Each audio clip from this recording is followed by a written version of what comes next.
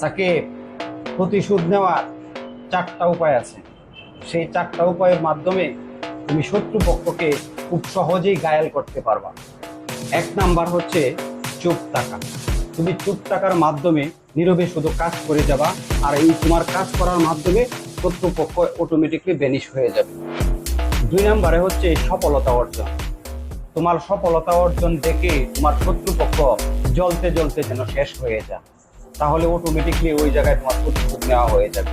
সুতরাং তোমাকে সফলতা অর্জন করতে হবে।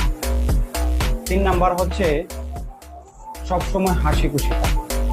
তুমি যদি সবসময় হাসি খুশি থাকো, তোমার শত্রুপক্ষ ভাববে যে তুমি অনেক সুখে আছো, অনেক ভালো আছো, এতে জ্বলে পড়ে সে এমনিতেই শেষ হয়ে যাবে। 4 নাম্বারে হচ্ছে তাকে সবসময় ভুল প্রমাণ করা। তাকে ভুল প্রমাণ করার জন্য তোমাকে কঠোর পরিশ্রম করে সুন্দর নিখুঁতভাবে কাজ করে যেতে হবে। আর তোমার কাজগুলো যখন তুমি নিখুঁতভাবে করবে, তার কাজগুলো যখন সে ভুল প্রমাণিত হবে, তখন অটোমেটিকলি সে তোমার থেকে দূরে চলে যাবে।